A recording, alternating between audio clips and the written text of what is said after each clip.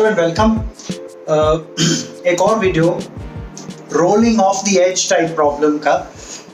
इसमें कोई लिमिट नहीं है, बहुत रेंज होता है प्रॉब्लम्स का इस चैप्टर में। Rotational motion of rigid bodies वाला जो चैप्टर है ये, इसमें बेहद बड़ा रेंज है प्रॉब्लम्स का। और रोलिंग ऑफ द एज का एक वर्जन मैंने एक प्रॉब्लम का आपको दिखाया था इन द प्रीवियस वीडियो। इस वीडियो में रोलिंग ऑफ द एज के ऊपर रोल होते हुए बॉडी का एक और बहुत ही इंटरेस्टिंग एग्जांपल। ये इरोडोव का एक बहुत ही पॉपुलर क्वेश्चन है, बहुत ही इंटरेस्टिंग क्वेश्चन है जिसको हम एनालाइज करेंगे और सॉल्व करेंगे। तो without any further ado let's get started. तो इस प्रॉब्लम को पहले तो समझ लो कि ये क्वेश्चन है क्या, और फिर बाद में हम इसको सॉल्व भी करेंगे। तो पहले तो क्वेश्चन समझ लीजिए क्या है। एक सिलेंडर है, यूनिफॉर्म सॉलिड सिलेंडर, और ये यूनिफॉर्म सॉलिड सिलेंडर एक हॉरिजॉन्टल सरफेस के ऊपर रोल करते हुए आ रहा है। प्योर रोलिंग कर रहा है, कोई स्किडिंग स्लाइडिंग नहीं है। इस सरफेस के ऊपर ये प्योर रोलिंग करते हुए आ रहा है। So it is coming while pure rolling करते हुए आ रहा है। इसके सेंटर ऑफ मास की यहाँ जो वेलोसिटी है वो है v0। तो जाहिर सी बात है, ये तो प्योर रोलिंग है, तो ओमेगा होगी v0 by r। Omega v0 by r आ जाएगी। अब आगे यहाँ आकर ये जो सरफेस है ये हॉरिजॉन्टल नहीं रहा, एकदम से ये यहाँ एक इंक्लाइन आ गया। तो यहाँ पर इंक्लाइन आ गया है, और ये जो इंक्लाइन है ये हॉरिजॉन्टल से अब क्या एंगल बनाएगा? ये एंगल आपको गिवन है अल्फा। ये एंगल अल्फा दिया गया है। तो अब देखो, सवाल समझने के पहले एक बात जान लो कि अगर ये वेलोसिटी बहुत ज़्यादा होगी तो ये जो सिलेंडर है इस कॉर्नर पे आके इसका कांटेक्ट टूट जाएगा, और कांटेक्ट टूट जाएगा, ये हवा में प्रोजेक्टाइल की तरह जाएगा और आके इस इंक्लाइन को हिट करेगा। अगर इसकी स्पीड ये बहुत ज़्यादा होगी, अगर ये स्पीड बहुत कम हुई तो ये इसी पॉइंट से कांटेक्ट मेंटेन करते हुए लुढ़क जाएगा और इस इंक्लाइन पर चलता चला जाएगा। सवाल ये है कि v0 की क्या मैक्सिमम वैल्यू हो सकती है। सवाल ये है कि v0 की क्या मैक्सिमम वैल्यू हो सकती है कि यहाँ पर कांटेक्ट ना टूटे। भाई देखो, अभी ये मैंने बताया, अगर v0 बहुत ज़्यादा होगा तो कांटेक्ट टूटेगा और ये हवा में उड़ते हुए जाएगा, कांटेक्ट टूट जाएगा। और अगर v0 बहुत कम हुआ तो ये यहाँ आके ऐसे लुढ़कते हुए चला जाएगा विदाउट लूजिंग कांटेक्ट। तो अगर इसकी वेलोसिटी पहले बहुत कम है, ये कांटेक्ट नहीं लूज कर रहा है, आप इसकी वेलोसिटी बढ़ा कर एक्सपेरिमेंट ये रिपीट करें तो एक लार्ज एनफ v0 आएगी जिसपे कि कांटेक्ट जस्ट टूट जाएगा। वो v0 कितनी होगी ये आपको बताना है, ये क्वेश्चन है। तो क्वेश्चन आई एम श्योर आपको ये क्लियर हो गया होगा। काफ़ी सीधी सी बात है, इसमें कुछ कॉम्प्लिकेशन है नहीं। तो यहाँ क्या होता है कि जब ये सिलेंडर इस कॉर्नर पे पहुँचता है तो ये पॉइंट जो है इसे बोल देते हैं P, और जो ये सेंटर ऑफ मास है इसे बोल देते हैं C। तो सेंटर ऑफ मास इस P के जब ठीक ऊपर है, और सेंटर ऑफ मास की वेलोसिटी इस समय पर v0 है, राइट। इसके बाद क्या क्या होता है ये हमें ऑब्जर्व करना है। ये C, ये P, ये इनको ज्वाइन करने वाली लाइन, इसकी length of course radius r के बराबर है। अगर इस लाइन की मोशन, ये लाइन कैसे घूम रही है, कैसे चल रही है, इसको हम स्टडी कर लें तो ये प्रॉब्लम काफ़ी हद तक सॉल्व हो जाती है। तो देखो, इस प्रॉब्लम को सॉल्व करने के लिए कि हम क्या करेंगे, इस लाइन की मोशन, एज आई सेड, इस लाइन की मोशन हम स्टडी करने वाले हैं, बट उससे पहले एक छोटी सी कैलकुलेशन हम करके रख लेते हैं क्योंकि ये बाद में काम आने वाली है। ये कैलकुलेशन क्या है? रोल करते हुए सिलेंडर की काइनेटिक एनर्जी। तो रोलिंग, प्योर रोलिंग करने वाला सिलेंडर है, उसकी काइनेटिक एनर्जी होगी हाफ m VCM स्क्वायर। ये तो ट्रांसलेशनल काइनेटिक एनर्जी हुई। फिर रोटेशनल कंपोनेंट भी इसका आएगा। रोटेशनल कितनी होगी? रोटेशनल होगी हाफ ICM। ICM कितना होगा? सिलेंडर है सॉलिड, तो half mr square into omega square, और प्योर रोलिंग हो रही है तो ओमेगा VCM बाय r है, तो VCM square by r square. तो ये जो काइनेटिक एनर्जी इसकी आ गई है, ये आ रही है 3/4m VCM स्क्वायर। तो अगर प्योर रोलिंग कर रहे सॉलिड सिलेंडर को आप देखें तो ग्राउंड पे ऑफ कोर्स एक स्टैटिक सरफेस पे प्योर रोलिंग हो रही है, ऐसी कंडीशन में उसकी काइनेटिक एनर्जी आ जाती है 3/4m VCM स्क्वायर। ये इक्वेशन, ये जो कैलकुलेशन काइनेटिक एनर्जी की है, ये हमारे काम आने वाली है। तो इसको अब आप याद रखें 3/4m VCM स्क्वायर को। I am going to use this in time to come. अब ये जो मैंने लिखा है इसको मैं इरेज कर रहा हूं। यू कैन, अगर आप चाहें तो इसका इस स्टेज पर एक स्क्रीनशॉट ले सकते हैं। तो मैं अब इसको इरेज कर देता हूं। अब जो मोशन का क्रिटिकल वाला हिस्सा हमें एनालाइज करना है, ऑब्जर्व करके स्टडी करना है, उस पर आ जाते हैं। तो देखिए, शुरुआत में ये सिलेंडर, थोड़ा मैग्नीफाई करके मैं आपको व्यू दे देता हूं। शुरुआत में ये सिलेंडर जब कॉर्नर पे पहुंचा है तो ये इस स्थिति में है, ये वाली कंडीशन में है।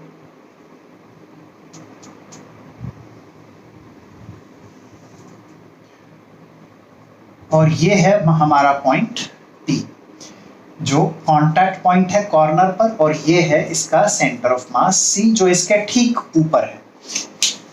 जो सरफेस है वो ये रहा, दिस इज द सरफेस।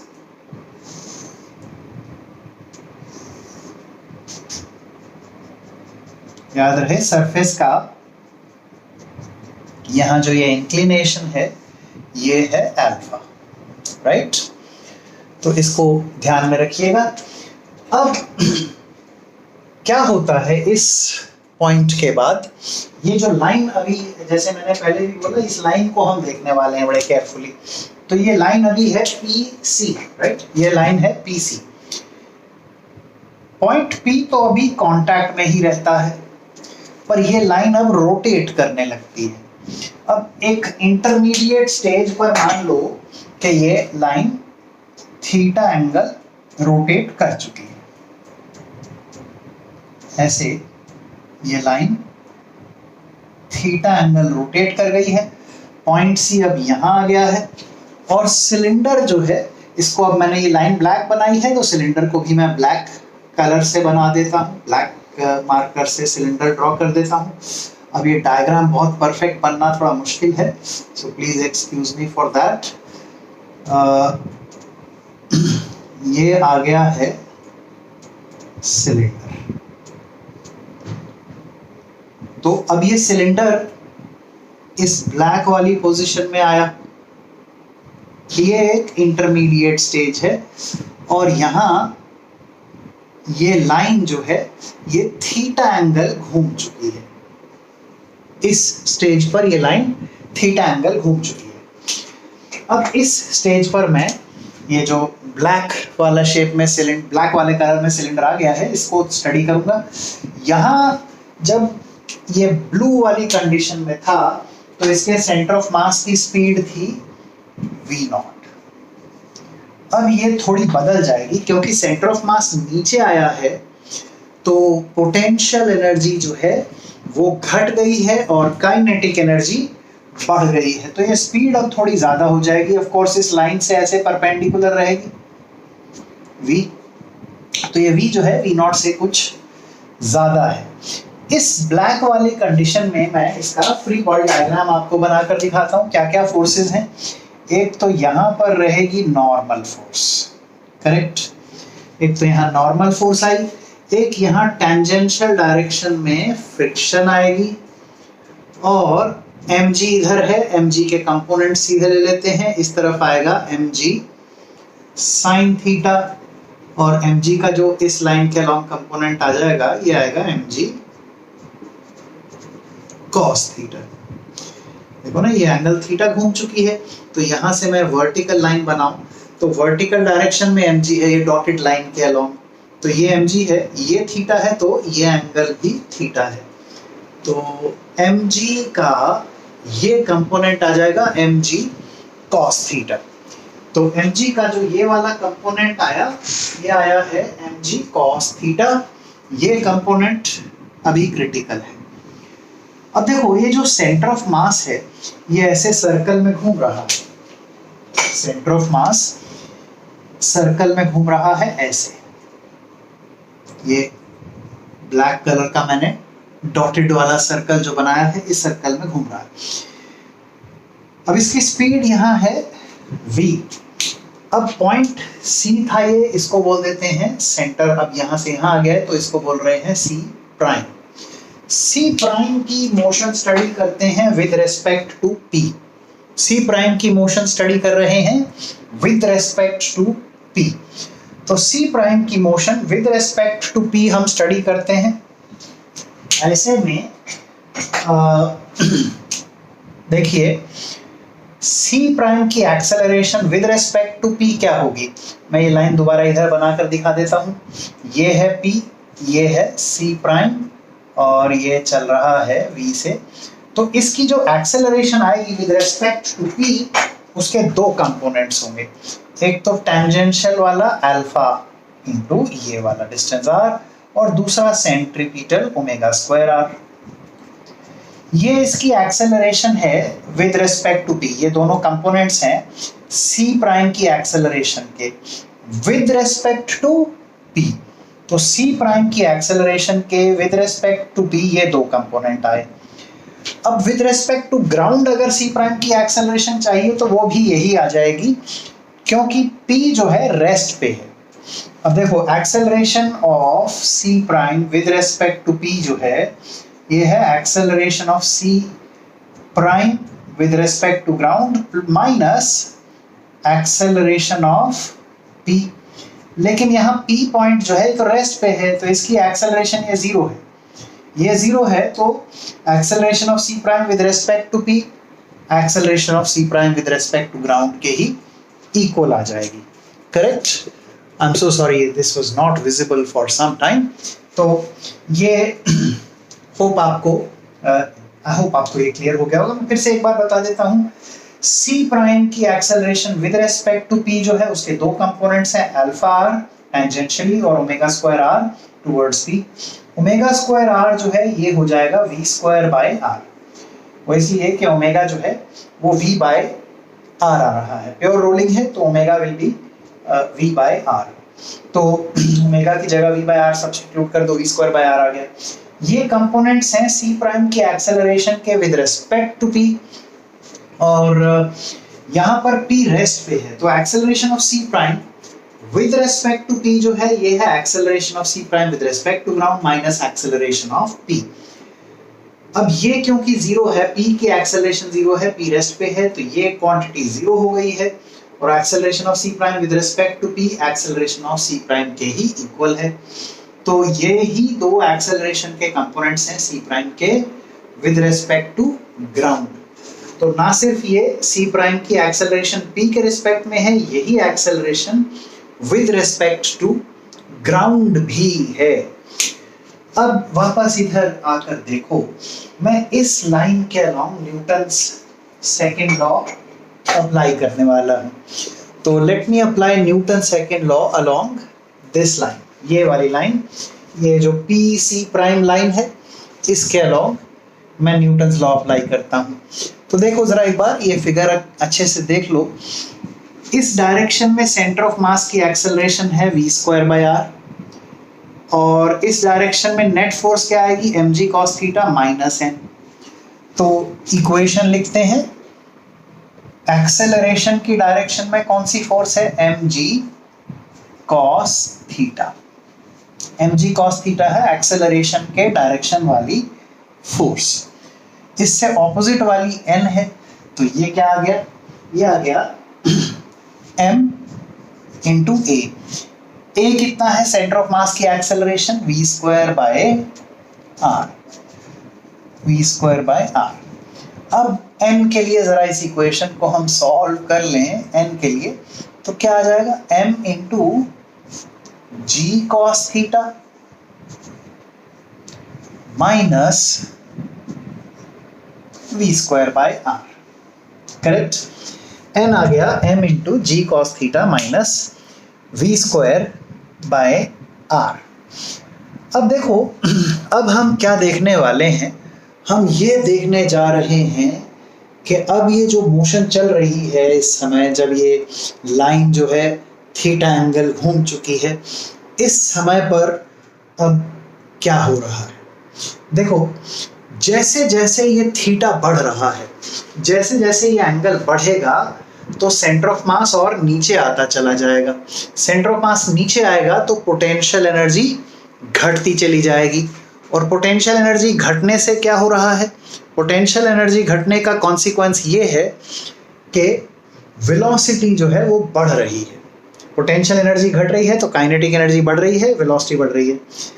तो ये जो क्वांटिटी आप देख रहे हो, ये quantity v square by r ये इंक्रीज होती चली जा रही है, और क्योंकि थीटा बढ़ रहा है तो कॉस थीटा तो घट रहा है। तो जैसे जैसे थीटा बढ़ रहा है, ये क्वांटिटी बढ़ रही है, ये क्वांटिटी घट रही है, तो वो समय आ सकता है, संभवतः ये समय आ सकता है, हो सकता है ये हो जाए कि ये क्वांटिटी जीरो हो जाए। जीरो होने का मतलब n यानी नॉर्मल फोर्स जीरो, यानी कांटेक्ट फोर्स जीरो, और अगर कांटेक्ट फोर्स जीरो हो गई तो इसका मतलब है कांटेक्ट गैप।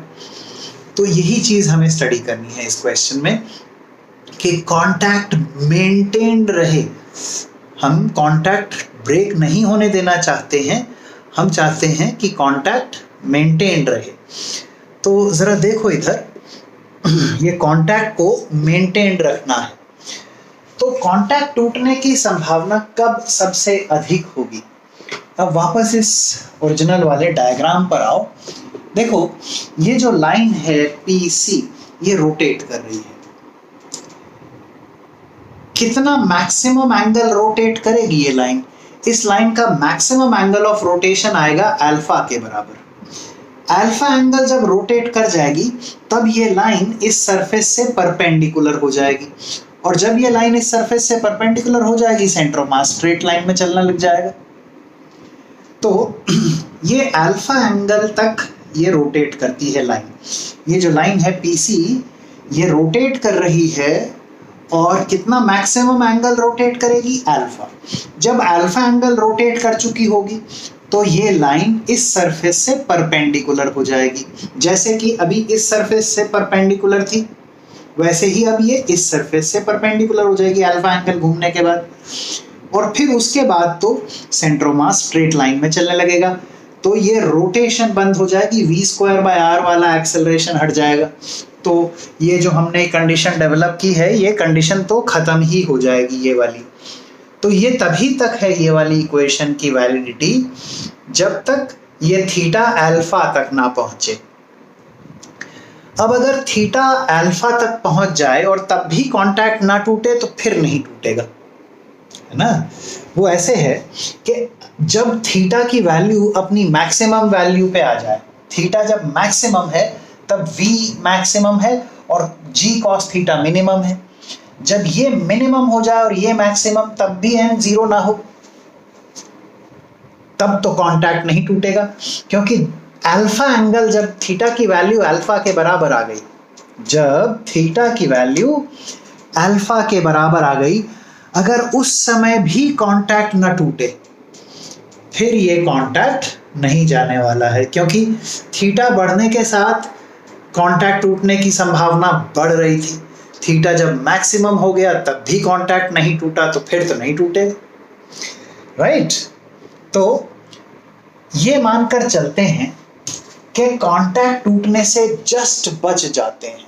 हमें तो वही कंडीशन देखनी है, क्योंकि मैक्सिमम स्पीड v0 बतानी है कि कांटेक्ट ना टूटे। तो if we just avoid losing contact, if we just avoid losing contact, तब क्या होगा? n जब जीरो होगा, कब जीरो होगा n? जब थीटा अल्फा के इक्वल हो। थीटा जब अल्फा के इक्वल हुआ तब n जस्ट जीरो पे पहुंच गया, मतलब उस समय पर बस कांटेक्ट लूज होने को है पर लूज नहीं हुआ। ये कंडीशन है कांटेक्ट के कभी लूज ना हो पाने की, मतलब कांटेक्ट लूज करते करते बाल बाल बच गए, वो वाली केस। तो इस केस में जब n इस एंगल पे आने के बाद n जीरो हो जाए, तो उस केस में क्या हुआ है कि कांटेक्ट लूज करते करते जस्ट बच गए हम। तो थीटा को अल्फा पुट करो और n को जीरो, क्या आ गया? g cos alpha. अगर n जीरो है तो ये g cos alpha v square by r के इक्वल हो जाएगा। तो ये v स्क्वायर क्या आ गया? r g cos alpha. तो अगर आप कांटेक्ट लूज करने से जस्ट बाल बाल बच रहे हैं, तो जब थीटा अल्फा के इक्वल हुआ तब जाके n जीरो पे पहुंचा। उससे पहले पहुंच जाता जीरो पे, अगर थीटा अल्फा होने से पहले ही n जीरो हो जाता, फिर तो तभी कांटेक्ट लूज हो जाता। अब जब थीटा अल्फा के इक्वल है, इस समय पर कांटेक्ट लूज करने की संभावना मैक्सिमम है। अगर इस इंस्टेंट पे भी कांटेक्ट लॉस ना हो या कांटेक्ट लॉस होने से जस्ट बच जाए, तो फिर कांटेक्ट लॉस नहीं होगा। और इस कंडीशन में हमने v कैलकुलेट किया तो ये v आ गया, v स्क्वायर एक्चुअली आ गया आर जी कॉस अल्फा। तो ये है v स्क्वायर जो कि आर जी कॉस अल्फा के इक्वल है। और ये v कब है? ये वेलोसिटी किस समय पर ये वेलोसिटी अटेन हुई है? जब ये वाली लाइन अल्फा एंगल घूम चुकी है, उसके बाद तो स्ट्रेट लाइन में चलेगी।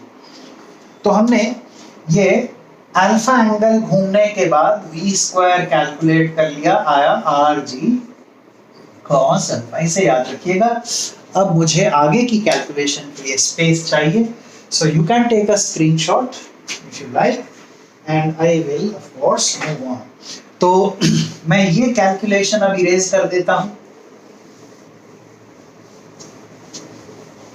अब देखिए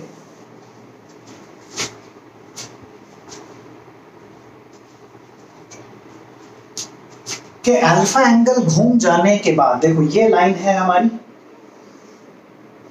पी सी, ये अल्फा एंगल घूम गई, सी प्राइम तो बीच में था पॉइंट, ये अल्फा एंगल घूमने के बाद ये पॉइंट हो गया सी डबल प्राइम, और इसकी वेलोसिटी v है अब, और इस v को हम कैलकुलेट कर चुके हैं। अब देखिए सेंटर ऑफ मास कितना नीचे आया। पहले तो ये centre of mass r height पे था पॉइंट P से, अब हो गया r cos थीटा हाइट पर।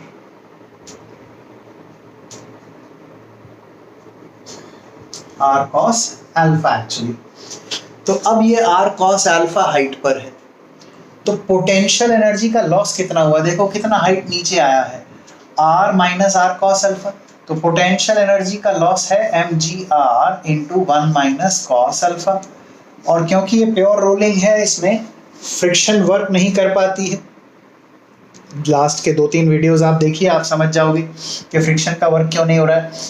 ये पोटेंशियल एनर्जी का लॉस है काइनेटिक एनर्जी के गेन के बराबर।